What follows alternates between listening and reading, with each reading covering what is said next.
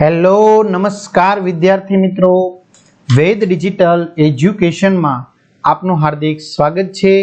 આજે આપણે ધોરણ 5 વિષય કેકારોની અંદર એટલે કે ગુજરાતી પ્રથમ ભાષામાં પહેલું ચેપ્ટર મજા તો માળિયામાં કાતરિયામાં, જેની આપણે સરળ સમજૂતી આ વિડીયોમાં જોવાના છે। તો ખાસ ચેનલમાં નવા હોય તો ચેનલ સબસ્ક્રાઇબ કરી બાજુમાં આવેલા બેલ આઇકનને પ્રેસ કરો, જેથી અવનવા વિડીયોની માહિતી નોટિફિકેશન મળી શકે।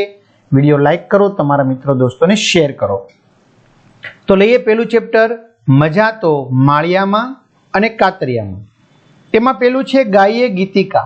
તો વિદ્યાર્થી મિત્રો, આપણે ગીત ગાવાનું પણ છે અને સમજવાનું પણ છે, જે આપણે બીજા ભાગમાં ખાસ ગાવાના સમજવાના છીએ।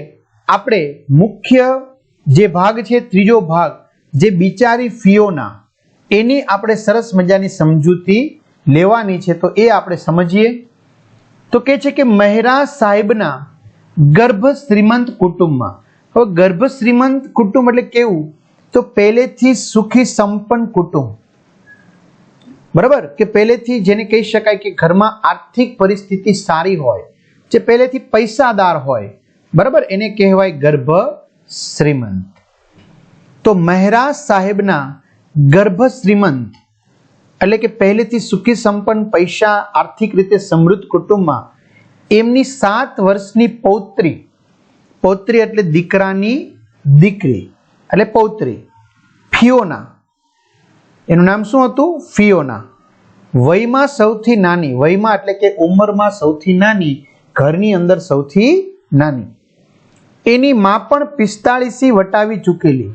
જો એની માં, એની જે માતા હતી, માં, એ પણ 45 વટાવી ચૂકેલી, 45 વર્ષ વટાવી ચૂકી હતી।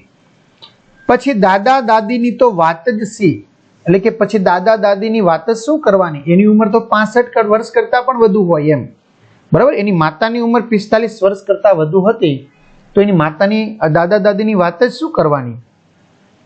2 પેઢી પહેલાના રૂઢિ રિવાજ મુજબ સાસુ વહુ એને ઉછેરતા। જો હું કે છે 2 પેઢી પહેલા જે રીતિ રિવાજો હતા, રૂઢિ રિવાજ એટલે કે રીતિ રિવાજો હતા, એ પ્રમાણે સાસુ વહુ આ દીકરીને ઉછેરતા હતા। કઈ રીતે? ધમા ચકડી, તોફાન મસ્તી, બધાથી એ સાવ અજાણ, એટલે કે આ ફિયોનાને ધમા ચકડી મચાવતા ન આવડે, તોફાન મસ્તી કરતા ન આવડે, એ બધાથી અજાણી હતી। મોટા ઘરની છોકરીથી બહાર રમવા તો જવાય જ નહીં। શું કે છે? ગર્ભ શ્રીમંત હતું એટલે ઘર મોટું, સુખી સંપન્ન, પૈસાદાર, એટલે મોટા ઘરની છોકરીથી બહાર રમવા તો જવાય જ નહીં, એટલે એને બહાર રમવા જવા દેવામાં આવતી નહીં, ઘરમાં ને ઘરમાં બોંધી રાખવામાં આવતી। એને સૌથી વધુ દોસ્તી દાદા સાથે। જો આ ફિયોનાને કોની સાથે બનતું? દાદા સાથે।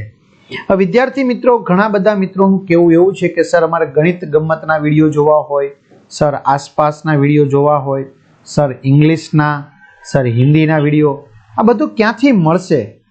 તો ચિંતા ના કરો વિદ્યાર્થી મિત્રો, વેદ ડિજિટલ એજ્યુકેશન નામની એપ્લિકેશનમાં નીચે મુજબની માહિતી તમને મળવાની છે, પહેલા જોઈ લો, કે જેમાં બધા જ વિષયના પાઠ્યપુસ્તકના પ્રકરણની સમજૂતીના વિડીયો, પરીક્ષા સમયે એનું અસાઇનમેન્ટ મટીરિયલ, એકમ કસોટીની સમજૂતીના વિડીયો, સ્વ અધ્યયન પોથીની સમજૂતીના વિડીયો, સ્વાધ્યાય પોથીની સમજૂતીના વિડીયો, આ બધું જ તમને વેદ ડિજિટલ એજ્યુકેશન નામની એપ્લિકેશન ગૂગલ પ્લે સ્ટોર, કે જ્યાંથી તમે ગેમ ડાઉનલોડ કરો છો, ત્યાં જઈને ડાઉનલોડ કરી લો। ઓપન કરશો એટલે આ પેજ ખુલે, પેજમાં તમારા મોબાઈલ નંબર નાખો, મમ્મી પપ્પાના, સેન્ડ ઓટીપી, બીજું કશું નથી કરવાનું। 4 આંકડાનો ઓટીપી નાખશો એટલે પેડ કોર્સમાં જુદા જુદા પેડ પ્લાન, એક્ઝામ પેપરમાં પેપરો, 3 થી 12માં 3 થી 12 ધોરણના વિડીયો, ન ખ્યાલ આવે તો કોઈ ભણેલ ગણેલ વ્યક્તિની મદદ લો। એમાં તમારું 5મું ધોરણ પસંદ કરો, 5માના વિષય ખુલે, ગુજરાતી, ગણિત, ઇંગ્લિશ, હિન્દી, આસપાસ, એમાં પાઠ વાઇઝ તમે વિડીયો જોઈ શકશો। અથવા શાળા મિત્ર નામની એપ્લિકેશન ડાઉનલોડ કરો, ધોરણમાં જાઓ, તમારું ધોરણ 5મું પસંદ કરો, પાઠ્યપુસ્તકમાં જાઓ, વિષયમાં જાઓ, પાઠ વાઇઝ વેદ ડિજિટલના વિડીયો ફ્રીમાં મેળવી શકશો। તો ત્યાંથી વિદ્યાર્થી મિત્રો તમે બધો જ અભ્યાસ કરી શકશો। ચલો, સૌથી વધુ દોસ્તી દાદા સાથે। દી આથમ્ય દી એટલે કે દી ઉગેથી દી આથમે ત્યાં સુધી દાદા સાથેની દોસ્તી। આખાની રામ કહાણી એ દાદાને સંભળાવતી. શું કે છે? દી ઉગે કે દી આથમે ત્યાં સુધીની જે પણ કાંઈ કહાની બની હોય ઘરમાં એ બધી જ એ દાદાને કહેતી. દાદાનું બહેરાપણું એના બબડાટની આડે કદી નહોતું આવતું. હવે દાદા કેવા હતા? બહેરા હતા, સાંભળતા ઓછું, અને આ એનું બધું જ બોલતી. બરાબર? એટલે દાદાને કઈ બરાબર સમજાતું નહીં. બરાબર? દાદાને કઈ સમજાતું નહીં, એટલે કે દાદાનું બહેરાપણું એના બબડાટ એટલે કે બોલતી એને આડે કદી નહોતું આવતું. ફિયોના, ઓ ફિયોના, ખાસ એની સંભાળ માટે રાખવામાં આવેલ આધેડ વયની આયા. બરાબર મિત્રો, ઘરની અંદર કોઈ સ્ત્રી હોય કે જે એમનું સાર સંભાળ રાખે, જેને શું કહેવાય? આયા. બહારથી રાખેલ, જે ટૂંકમાં પૈસા ઉપર રાખેલી હોય તેવી. તો ખાસ એની સાર સંભાળ માટે રાખવામાં આવેલ આધેડ, બરાબર, એટલે બહુ ગરડાઈ નહીં, બહુ જુવાની નહીં, એમ વચગાળાની ઉંમરની આયાની આવી બૂમ સાંભળી, એટલે આયાએ આવી બૂમ પાડી. ફિયોનાને કપાળે કરચલી પડતી. જો, એટલે કે પરસેવો છૂટવા લાગતો, એટલે કે એને ફાળ પડતી. સમય પત્રક મુજબ નહાવાનું. જો, સમય પ્રમાણે નહાવાનું, ધોવાનું, કપડાં વપડા, ખાવું પીવાનું, દિવસમાં 2 વાર કપડાં બદલવાના, વગેરે કર્મકાંડથી, એટલે કે વગેરે કર્મકાંડ એટલે ક્રિયાથી એ વાજ આવી ગઈ હતી, એટલે કે કંટાળી ગઈ હતી, થાકી ગઈ હતી. વાજ આવી જવું એટલે મિત્રો કંટાળી જવું, થાકી જવું. બરોબર? એટલે એ થાકી ગઈ હતી, કંટાળી ગઈ હતી કે દરરોજ આવી ક્રિયા કરવાની, સમય પત્રક મુજબ જ. બપોર આખી ફિયોનાને ફરજિયાત પોતાના ઓરડામાં ભરાઈ રહેવું પડતું. જો, આખી બપોર ફિયોના ક્યાંય બહાર જઈ શકતી નહીં, ફરજિયાત એના ઓરડામાં એને ભરાઈ રહેવું પડતું. મોટા પલંગમાં એ પાસા ઘસતી પડી રહેતી. શું કે છે? મોટો પલંગ હોય, કારણ કે પૈસાદાર કુટુંબ હતું એટલે પલંગ એ મોટો હોય, તો એમાં એ પાસા જે રમવાના આવે ને, પાસિકા પથ્થરના, એ ઘસતી પડી રહેતી. પવનની લહેરખી સાથે એને બહાર દોડી જવાનું મન થતું. પવન કેમ એક જગ્યાએથી બીજી જગ્યાએ એમ જાય, તો એ ફિયોનાને પણ પવનની લહેરખી સાથે બહાર દોડી જવાનું મન થતું, પવનની જેમ. પણ સામે પહેરેગીર એટલે કે ચોકી કરનાર, પહેરો ભરનાર આયા છાપા ઉથલાવતી બેઠી જ હોય ને, એટલે કે એને પણ પવનની જેમ એક જગ્યાએથી બીજી જગ્યાએ દોડી જવાનું મન થતું, પણ સામે છાપો એટલે કે ન્યૂઝ પેપર ઉથલાવતી કોણ બેઠી હોય? આયા બેઠી જ હોય, એટલે ક્યાંય જઈ શકતી નહીં. પણ એક દિવસ આયાને ઝોકું આવી ગયું, એટલે કે આંખો મીચાઈ ગઈ, ઊંઘ આવી ગઈ, અને ફિયોના ચોર પગલે, એટલે કે ચોર જેવી રીતે ચાલે એવી રીતે બિલ્લી પગે ઘરની બહાર નીકળી ગઈ. બરાબર? એક દિવસ આયાને ઝોકું આવી ગયું, એટલે ફિયોના ચોર પગલે, ધીમા પગલે એ ઘરની બહાર નીકળી ગઈ. રસ્તા પર આવી ત્યારે એની છાતી ધડક ધડક થતી હતી. જો શું કે છે? એ ઘરની બહાર નીકળી અને રસ્તા પર આવી એટલે એની છાતી ધડકવા લાગી, ધબકારા વધી ગયા.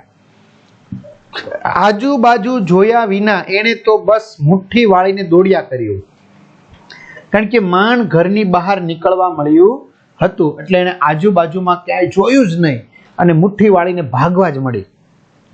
કૂતરાના ભસવાના અવાજે જ્યારે એ ચોકીને ઊભી રહી ત્યારે સામે એક ઘરનો વાડો હતો. હવે મિત્રો, તમે દોડવા લાગો એટલે કૂતરા છે એ તમારી પાછળ પડે, ભસવા લાગે. એટલે કૂતરાના ભસવાના અવાજને કારણે એ ચોંકી ગઈ, ઊભી રહી ગઈ, અને સામે એક ઘરનો વાડો હતો.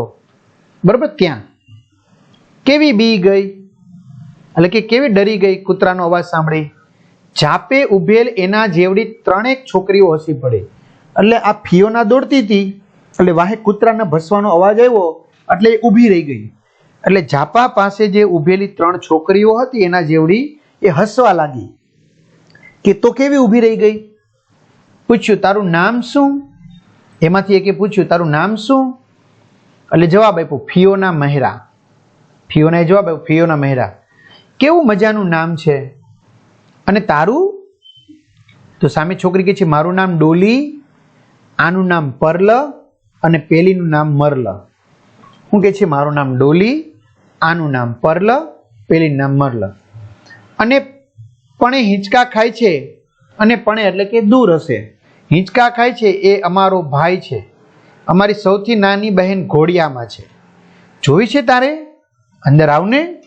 જોઈ છે તારે? અંદર આવને. ફિયોના તો રાજી રાજી થતી, એ બધા સાથે ભળી ગઈ. ચલો, એ તો એની સાથે ભળી ગઈ, દોસ્તી થઈ ગઈ, જાણે કે બહુ જૂના મિત્ર હોય એવી. રમતા રમતા બધા માળિયા પર આવ્યા. ક્યાં આવ્યા? માળિયા ઉપર. બધું વેર વિખેર પડ્યું હતું, આમથી આમ. એક બાજુ મોટો ખાટલો હતો. એક બાજુ શું હતો? મોટો ખાટલો. એ તૂટેલો ફૂટેલો ખાટલો હતો. ઢીલો થઈ જવાને લીધે ઘોડિયા જેવો બની ગયેલો હતો. જો, એક બાજુ મોટો ખાટલો હતો, એ તૂટેલો ફૂટેલો. મિત્રો, ખાટલાની પાછળ પાંગત આવે, એ ઢીલી થઈ ગઈ હતી, એટલે ઘોડિયાની જેમ વચ્ચે ખાડો પડતો હતો. હું એટલે કે ડોલી, પરલ અને મરલ ત્રણેય આમાં સૂઈએ છીએ ખાટલામાં, એવું કહે છે. એમ કે રાતે ઠંડીમાં ત્રણેય બહેનો એકમેકને વળગીને હસતી રમતી વાતો કરતી કેવી મજેથી ઊંઘી જતી હશે, એવો વિચાર ફિયોનાને આવી ગયો. શું કહે છે ફિયોના? એમ કે રાત્રે ઠંડો પવન હોય તો આ ત્રણેય બહેનો એકબીજાને વળગીને બધ ભરીને હસતી રમતી વાતો કરતી કરતી કેવી મસ્તની સૂઈ જતી હશે, એવો વિચાર ફિયોનાને આવ્યો. ફિયોના, જો આ છાપરા પરથી આખું નગર દેખાય છે, આખું શહેર દેખાય છે. ફિયોના, આ છાપરા પરથી તું ચડીને જો તો આખું શહેર દેખાય છે. ચારેય બાજુ નજર નાખતા એના પોતાના ઘર પાસેનો ટાવર પણ નજીક દેખાયો. બરાબર, ચારેય બાજુ એને નજર નાખી તો એના પોતાના ઘર પાસે જે ટાવર હશે એ પણ એને નજીક દેખાયો કે ભાઈ મારું ઘર તો એ નજીક જ છે. હત તારીની, એ કે હત તારીની, અરે યાર મારું ઘર તો અહીં જ થી નજીક જ લાગે છે. ફિયોના મનોમન બબડી, મનમાં બોલી, અરે રે મારું ઘર તો એ નજીક જ છે, તો હમણાં આવશે. એ ચાલ આપણે કૂદકા મારીએ. પરલે દરખાસ્ત મૂકી, એ ચાલો આપણે કૂદકા મારીએ.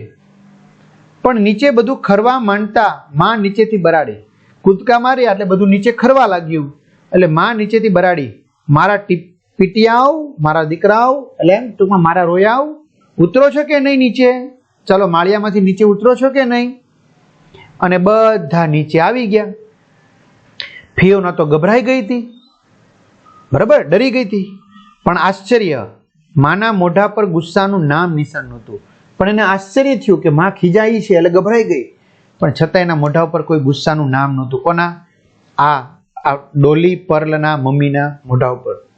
ઉલટાનું તેણે તો છોકરાઓને ખાવા બેસવા કહ્યું. ચલો ચલો છોકરાઓ, ભૂખ્યા થયા હશો, ચલો ખાવા બેસી જાઓ.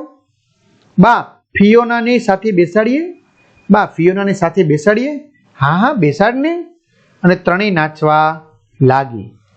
મિત્રો, સામાન્ય રીતે નાના છોકરા હોય ને, ઘરે કોઈ બીજું છોકરું આવે ને એના જેવડું, તો એને બહુ મજા આવે, હે ને? ફિયોના પણ સાથે ઠેકડા મારવા લાગી. અને એક જ થાળીમાં ચારેય સહેલીઓ, ત્રણ ડોલી, પરલ અને મરલ અને ચોથી ફિયોના, ચારેય સહેલીઓએ મસ્તી તોફાન કરતા કરતા ખાધું. હવે વિદ્યાર્થી મિત્રો, જેની ઘેર ચાંદીની થાળીમાં પંચ પકવાન હોય, બરાબર, જે જોઈએ તે આપણે કહે ને 32 ભાતના ભોજન હોય એમ, તો એવું ખાઈને કંટાળેલી ફિયોનાને આ બહુ ભાવ્યું. હવે સામે વાડો હતો. એટલે મિત્રો, અહીંયા કહેવાનો ભાવાર્થ એવો છે, કોઈ ગરીબનું ઘર હતું, છતાંય ગરીબના ઘરની અંદર જે સ્વતંત્રપણું હતું બાળકો માટેનું, એ ગજબનું હતું. એટલા માટે ફિયોનાને અહીંયા કદાચ સાવ વાસી પણ ખાવા આપ્યું હશે તો પણ એને બહુ ભાવ્યું, બહુ મજા આવી. કારણ કે એની ઘરે બધું સુખ સાહેબી હતી પણ સ્વતંત્રતા નહોતી. બરાબર, જ્યારે અહીંયા કશું નહોતું પણ સ્વતંત્રતા હતી, એટલે એને મજા આવી. અને ફરી પાછી ધીંગા મસ્તી, સંતા કુકડીની રમત શરૂ થઈ ગઈ. વિદ્યાર્થી મિત્રો, અહીંયા સુધી આપણે રાખીએ. પછીનો ભાગ આપણે પછીના વિડીયોમાં જોઈશું. તો તમારા મિત્રો દોસ્તોને ખાસ જાણ કરજો. ચેનલમાં ન હોય ચેનલ સબસ્ક્રાઇબ કરજો. અને ખાસ હજી કહું છું, તમામ પ્રકારની વસ્તુઓ તમને એપ્લિકેશનમાં જઈ ધોરણ પ્રમાણે તમે વિડીયો જોઈ શકશો, તમારા મિત્રો દોસ્તોને શેર કરી શકશો. તો અસ્તુ, જય હિન્દ, જય ભારત.